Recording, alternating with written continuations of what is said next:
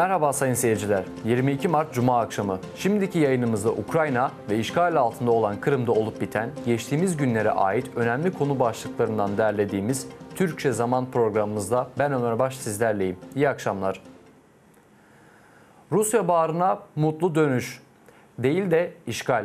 5 sene önce Putin kendilerini Kırım'ın yöneticileri olarak ilan eden kukla yaverleriyle beraber Kremlin'in Georgievski salonunda Ukrayna'ya ait olan yarımadanın kaderini belirliyorlar. Böylece Kırım'ın ve Akyar şehrinin Rusya'ya bağlanması anlaşması imzalanıyor. Putin o günü her şeyin sorunsuz ve tek bir atış bile yapılmadan geçirildiğini söylemişti. Tam o esnada ise Simferopol'de sıradaki baskında silahlı yeşil kıyafetli adamlar Ukrayna askerini vurup öldürmüştü. Reşat Ahmetov'dan sonra Sergey Kokurin ikinci kurban olmuştu. Detaylarını muhabirimiz Tatyana Suley bildiriyor.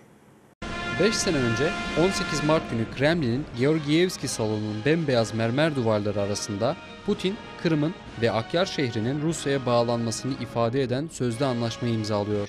Putin'in sadık köleleri olan, kendilerini Kırım'ın yöneticileri diye ilan eden Aksyonov, Konstantinov ve Çalı'yı da özellikle kameralara karşı gülücükler dağıtarak anlaşma altında imzalarını atıyorlar. Artık her şey resmileşti. Rusya Federasyonu ve Kırım Cumhuriyeti arasında Rusya, Kırım Cumhuriyeti Federasyonu'na giriş ve Rusya Federasyonu içinde yeni varlıkların oluşması konusunda bir anlaşma imzaladı. Bunun hemen sonrasında Putin 1,5 saat devamında Ukrayna'nın Kırım'ı olan Yarımada'nın ne kadar zor şartlarda sözde esas sahibi olan Rusya'ya dönme yolculuğunu anlatıyor. Akyar'ın merkezinde toplanan bir kesim ise heyecanla ellerinde Rus bayrakları tutarak onu dinliyordu. Kimse ayrılmıyor. Şimdi anlaşmanın imzalaşını gösteren bir yayın olacak. En azından tüm Rus kanalları Kızıl Meydan'da düzenlenen yürüyüşlerde olduğu gibi geleneklere dayanarak bu mutlu görüntüyü gösterdi. Putin o günü bir tek atış bile yapmadan Kırım'ı Rusya sınırlarına döndürdüğü ile hava atıyor.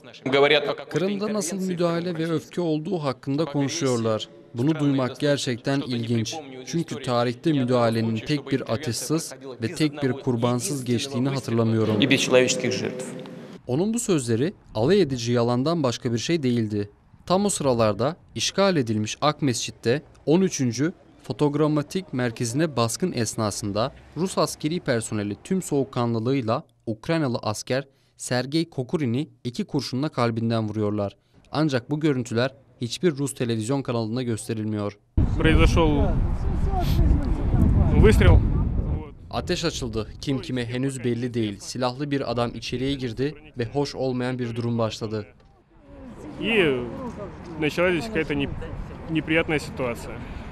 Meslektaşımız Şevket Namatullayev, Kırım'ı savunabileceğimiz konusundaki tüm ümidimizi daha 8 Mart günü yitirmiştik diye anlatıyor.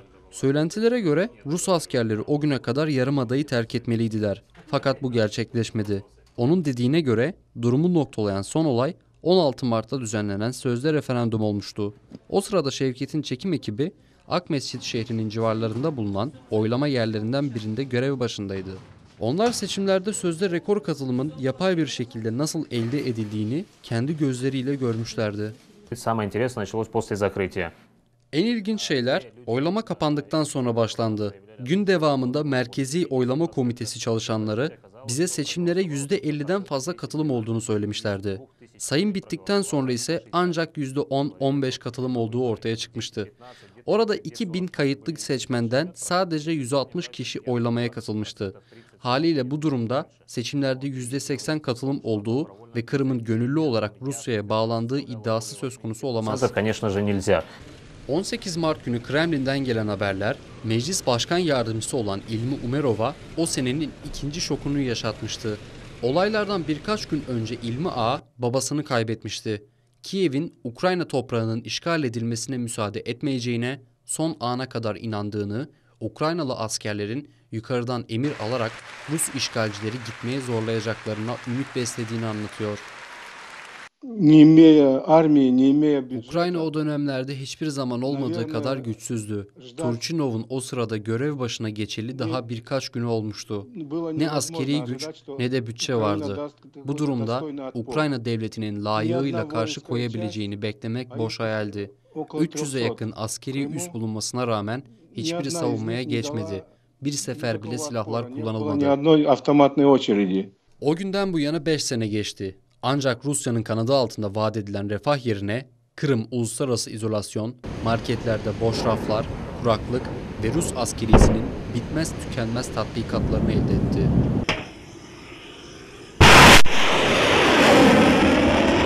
Bunlarla beraber bir de işgalin her yıl dönümünde Yarımada'yı ziyaret eden Putin'i kazandı. Çünkü Meclis Başkanı Refat Çubarov'un dediği gibi suçlu her zaman olay mahalline geri döner. Tatyana Soli, İslam Pinka, Zaman, ATR. İşgal altındaki Kırım, tüm Karadeniz etrafını ve Avrupa Birliği'ni destabilize eden bölge oldu. Bu konuda Meclis Başkanı Yardımcısı Ahtem Çiğgöz, Birleşmiş Milletler Güvenlik Konseyi'nin New York'taki toplantısında söz etti.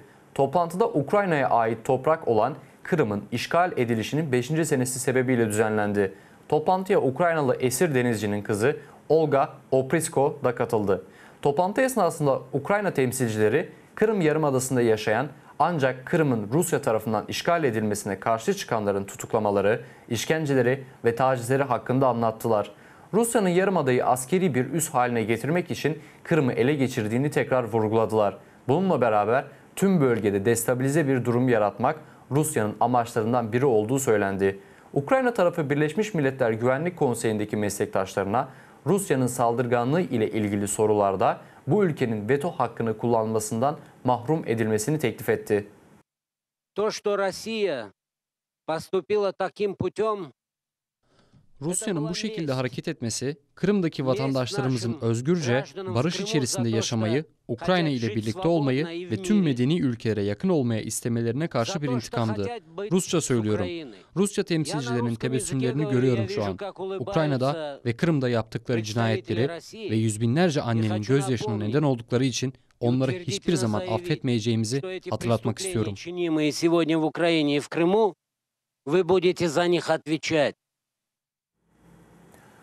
Allah aşkına Aksionov'u bize bırakın. Bu sözlerle Kırım'ı işgal ettikten sonra orada gezinti esnasında bulunan Putin'e Ukrayna kahramanı olan ve Rus pasaportunu taşıyan Fevzi Yakubov yalvararak rica ediyordu. Rus ordusuna ait olan yeşil kıyafetli insanlar Ukrayna Yarımadası'na ayaklarını basar basmaz 80 yaşındaki Kırım Tatarı Kremlin sahibinin hayranı oluvermişti. Bir hainin hangi emekleri karşılığında kahramanlık unvanını elde ettiği ve Rus işgali altında yaşayan Kırım Tatarlarının yaşamı hakkında haberimizin devamını Tatyana Suli anlatıyor. Önce Akyar gezisi. Putin orada 2 termik santralin açılışını yaptı. Ondan sonra Akmescit'e geçti. Orada birkaç yüz Kırım sakini ellerinde Rus bayraklarını sallayarak onu süper kahramanı karşılar gibi karşılamak için hazırda bulunuyordu. Vladimir Putin! Kendisinin en büyük hayranlarını dinlemek için 2 saat ayırmıştı. Onlar için Rus istihbarat servisi tarafından hazırlanan senaryoya göre işgal edilmiş Kırım'da ne kadar mükemmel hayatları olduğunu anlatıyorlardı. Bilhassa Kırım Tatarlarının, en azından Kırım Müslümanlarının müftüsü Emir Ali Ablayev sonuna kadar bu fikre inanıyor. Tüm Kırım Tatar halkı adına, Kırım'ın tüm Müslümanları adına size teşekkür etmeme müsaade edin. Kırım'da yaptıklarınız için, çocuk kreşleri, okullar ve en önemlisi büyük cami inşaatı için minnettarız. Kırım Müslümanlarının dini idare müftüsü Ayder Rustemov'un fikri ise bambaşka. Gerçekte 1944 sürgününden vatanlarına geri dönmeye başladıklarından itibaren son 5 sene Kırım Tatarları için en zor dönemdi. İşgal altındaki Kırım'da kendi iktidarını ilan eden hükümet, Kırım Tatarlarının yaşamını dayanılmaz kılmak için elinden gelen her şeyi yapıyor. Vicdan özgürlüğü yok. Dini seçim özgürlüğü yok. Onların gerçek yüzü. İşte bakın, Ukrayna döneminde yapılmayan bir cami inşa edildi diye tüm dünyaya sözde toleranslarını göstermek istiyorlar. Rusya geldi ve bunu başardık gibi. Ama tartının öbür tarafında bu zaman zarfında Kırım'da diğer camilerde kundaklama, hakaret, cami soygunu gibi toplamda 16 olayın meydana gelmesi var. Осквернение, поджогов, ограблений мечетей, где лишь всего лишь один преступник пойман. İşgal edilen Kırım'ın başta gelen hahamı Benjamin Wolf, Putin'in hayranlarından biri daha. 2014 yılına kadar Yahudilerin yaşamı çok zor olduğu hakkında şikayet ediyor. İşgalin başlamasıyla birlikte her şey apansızın değişmiş güya. Сегодня постеврейская община цветет. Bugün Yahudi toplumumuz çok mutlu, gelişiyor. Önceden Yahudiler kimliklerini belirten kıyafet veya işaretleri taşıyarak sokaklarda dolaşmaya korkuyorlardı. Şu anda böyle bir şey yok. Birden her şey değişemez tabii ki. Ama görüyoruz ki artık insanlar korkmadan sokaklarda Yahudi takkesini giyerek dolaşabiliyorlar. Sanırım sene sonuna kadar sinagog inşaatı bitmiş olacak. Şu anda inşaatın durdurulma nedeni maddi sorunlar. До конца года можем закончить строительство синагог. Я сейчас задержка из-за финансовых вопросов. Haham'ın tam olarak bu son cümlesi Kremlin sahibini bayağı eğlendirmişti. Yahudilerin maddi sorunları mı var? Bu durum ancak Kırım'da olabilir.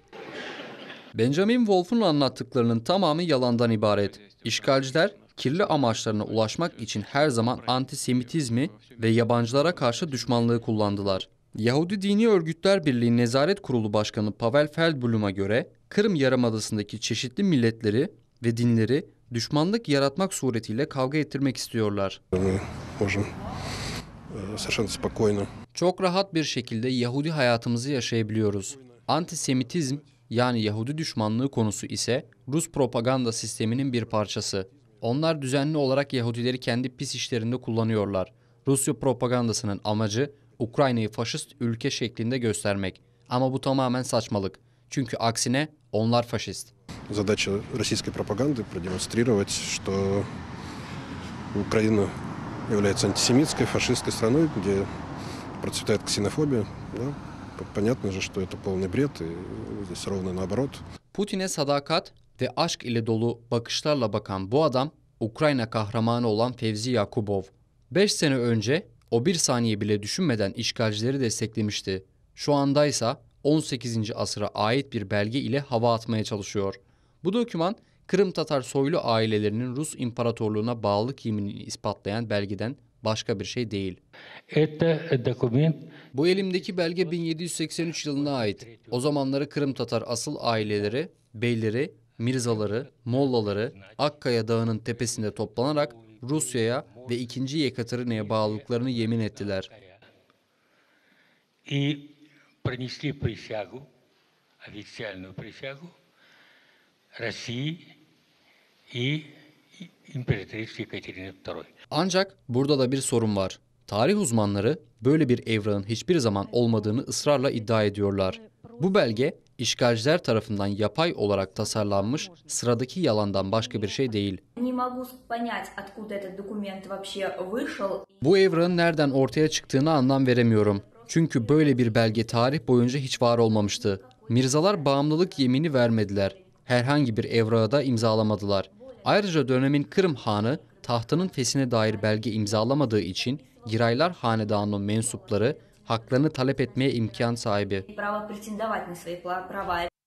Bunun dışında Fevzi Yakubov, Putin'den Aksionov'u onlardan almamasını rica etti. Kral yalvarışları duydu. Allah aşkına Sergey Valeriyevich'i bizden almayın. Allah aşkına alacağız.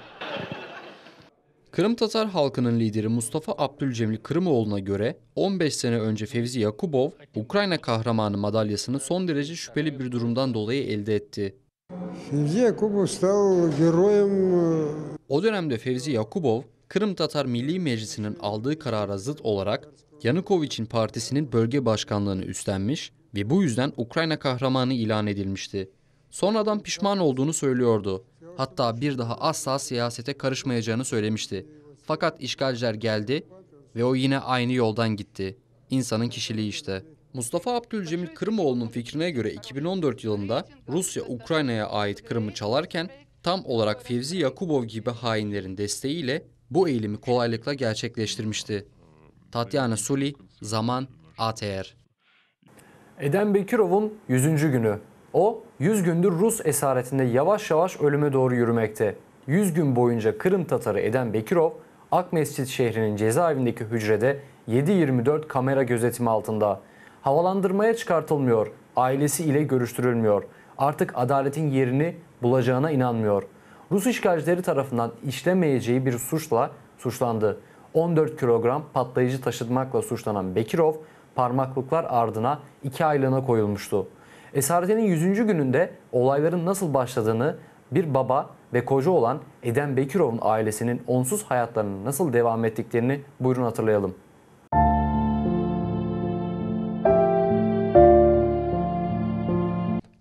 Bu Eden Bekirov.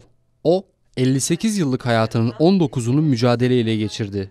1. derece engelli, diyabet hastası ve kesilen bacağında kalıp iyileşmeyen bir yara. Hayatta kalması için bir düzine ilaca ve günde 3 kere uzanıp dinlenmeye ihtiyacı var. 1 yıldan biraz daha uzun bir süre kadar önce kalbinden ciddi bir ameliyat geçirdi. Ardından doktorlar hayatta kalabilmesi için hiçbir garanti vermediler. Operasyon 9 saat sürdü. Sonraki 2 gün güçlükle nefes alabiliyordu. Bize onun ölümle yaşam arasında olduğu söylendi.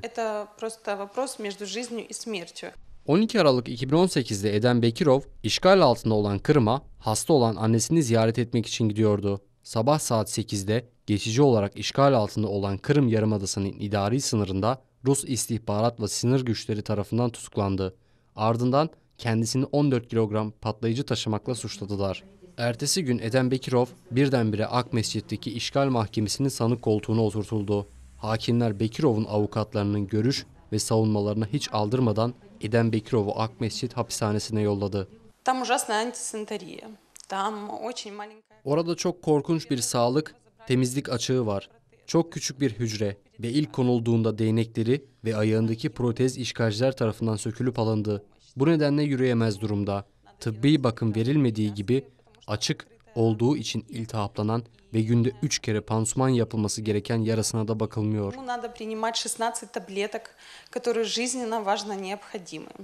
Tutukluluğunun yalnızca 54. gününde işgalciler onu hastaneye yollama kararını kabul etti. İlk başta söz verilen 2 hafta yerine o hastanede 2 günlük bulunma süresinde tedavinin aksine sağlığı eskisinden daha da kötüleşti. İşgalcilerin doktorları onu insülin iğnelerine daha bağlı hale getirdi ve miktarı artırılan insülinin aynı şekilde artırılan dozajı da Bekirov'un kan şekerini düşürmüyor. Tüm bunların akabinde kalp sıkıntıları ve vermeye çalıştığı hem tıbbi hem psikolojik mücadele onu daha da yoruyor. Bekirov'un sağlığı şu anda kritik durumda. Server Mustafayev'in söylediğine göre hapishane müdürü Berejnoy ve tüm heyet babamı hastaneye yolladılar. Babamın isteği üzerine Mustafayev babamla beraberdi. Çünkü o işgalcilerin ona nasıl davrandığını ve tıbbi talepleri yerine getirmediğini biliyor.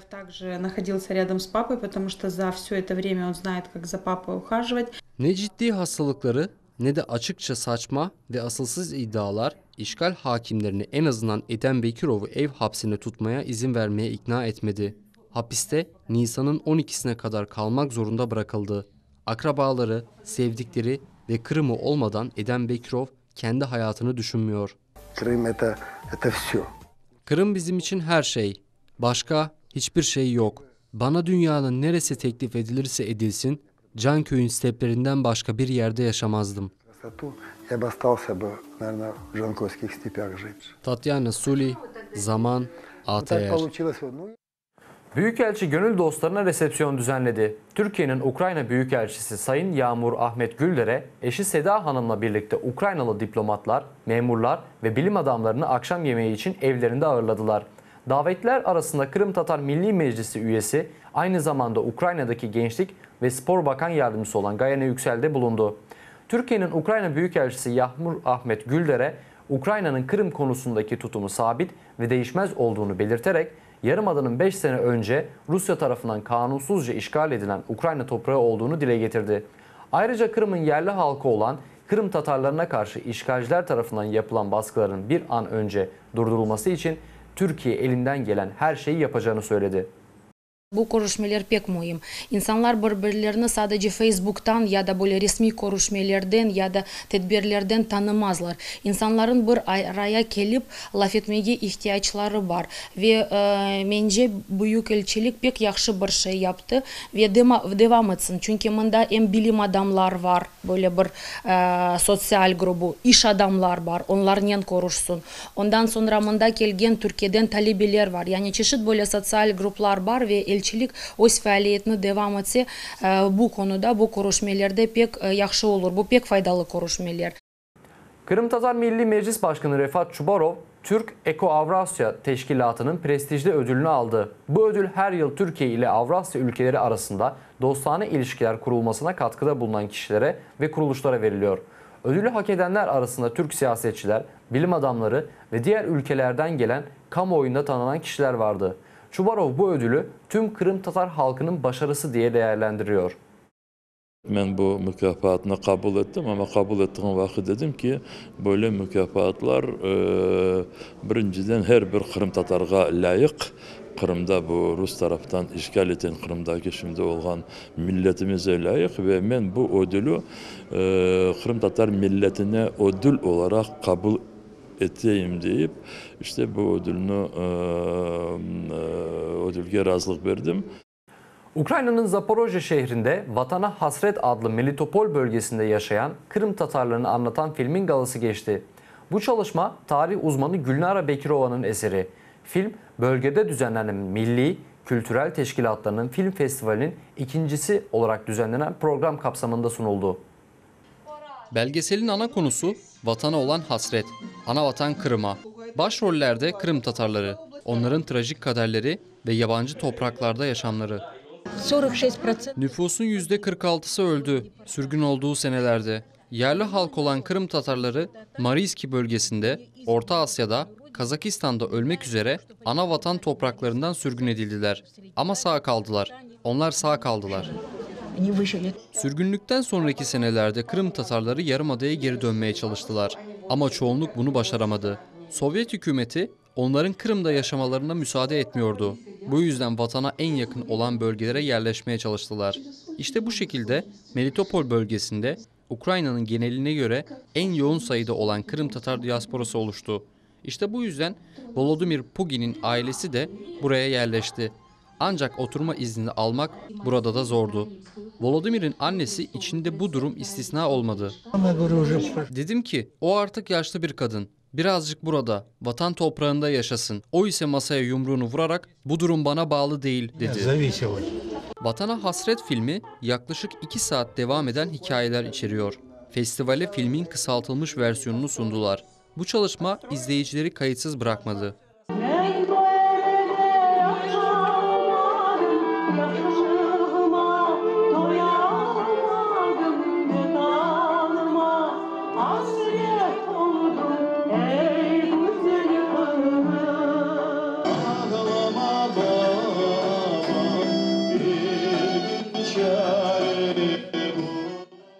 Bu film bize hiçbir şeyi unutmamamız gerektiğini öğretiyor.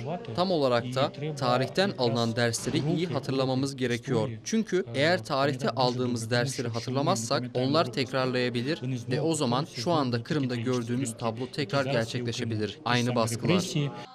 Zaporojye bölgesindeki milli, kültürel teşkilatlarının film festivali geçen sene itibarıyla başlamıştı. O zaman 5 film gösterisi olmuştu. Bu sene ise sayı 12'ye arttı. Çalışmanın elemelerden geçebilmesi için esas şart, ana temada milli toplulukların anlatımı olması, senaryo yazarları ve profesyonel sinemacılar da. Nariman Aliyev, Zaman, ATR. Büyük şova bir adım kalmışken, Kiev'de Tatlıses Çocuk Festivali'nin finali için elemeler geçirildi. Yarışmacılar koreografi ve vokal enstrümantal alanlarında adaylıklarını sundu. Bir hafta sonra Kiev'de bir başka eleme düzenlenecek. Aynı zamanda işgal altındaki Kırım'da da katılımcılar seçilecek. Bu aşamalardan sonra finale katılabileceklerin isimleri ortaya çıkacak. Tatlıses Festivali'nin bu seneki finali Haziran ayında düzenlenmesi planlanıyor. Kiev'de düzenlenen elemelerde muhabirimiz Victoria Ablazova bulundu.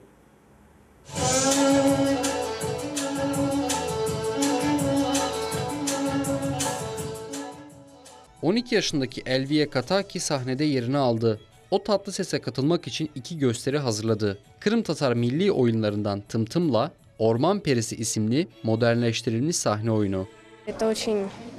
Bu yarışma Kırım Tatarlarıyla irtibat halinde olmak adına önemli tecrübe veriyor.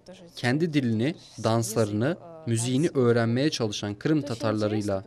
Bazıları senden daha başarılı dans edebiliyor. Demek onlardan bir şeyler öğrenebiliyorsun. Bu yüzden çok eğlenceli. Elemeler esnasında anne Elmira Hanım kızından fazla heyecanlı gözüküyor. O, kızına repertuar seçiminde ve kostüm tasarımında yardımcı oldu. Bu yarışma Kırım'da ilk defaları düzenlenmeye başladığında, kızım büyüdüğünde biz de muhakkak katılacağımızı hayal ediyordum. Çünkü bu gerçekten büyük bir olay. Finale seçilmek için Güneş Dans Topluluğu 3 ayrı gösteri hazırlamış. Gösterilerden biri Kırım'da meşhur olan Bahçesaray Haytarması oyunu.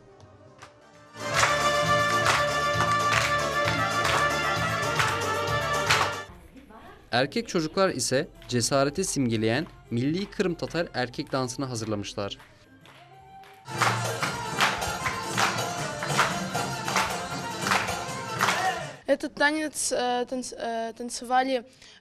Bu dansı dağlardaki veya yaylalardaki çobanlar oynuyordu. Yorucu gün sonunda bir araya toplanarak dans ediyorlardı. Emine Hanım, festivalin en küçük yarışmacılarından biri olan Melek Kudusova'nın annesi.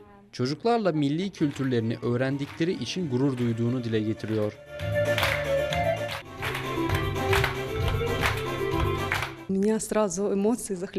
Hemen heyecanlanıyorum ve gözlerim doluyor. Ama mutluyum. Çünkü bu şekilde vatanımla olan bağımı hissediyorum. Kiev'de Kırım Tatar halk oyunları eğitimi alabilme imkanımız olduğuna çok seviniyorum. У нас есть возможность заниматься крымско-татарскими танцами в Киеве.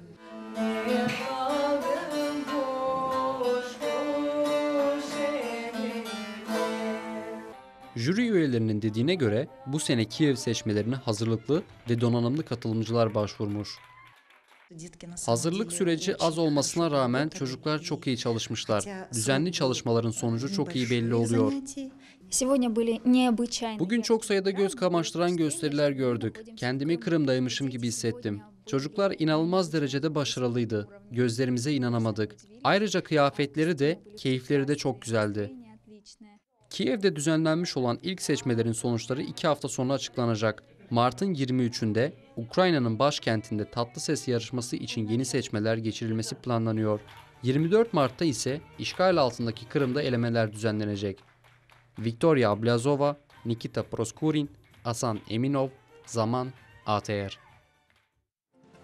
Mart'ın 3. haftasına dair Ukrayna ve işgal altında olan Kırım'a ve Kırım Tatarlarına ait önemli konulardan oluşan özet programımızın sonuna geldik. Gelecek hafta aynı gün ve aynı saatte, yani Cuma akşamı Kiev saatiyle 22'de tekrar görüşmek üzere. Şimdilik hoşça kalın.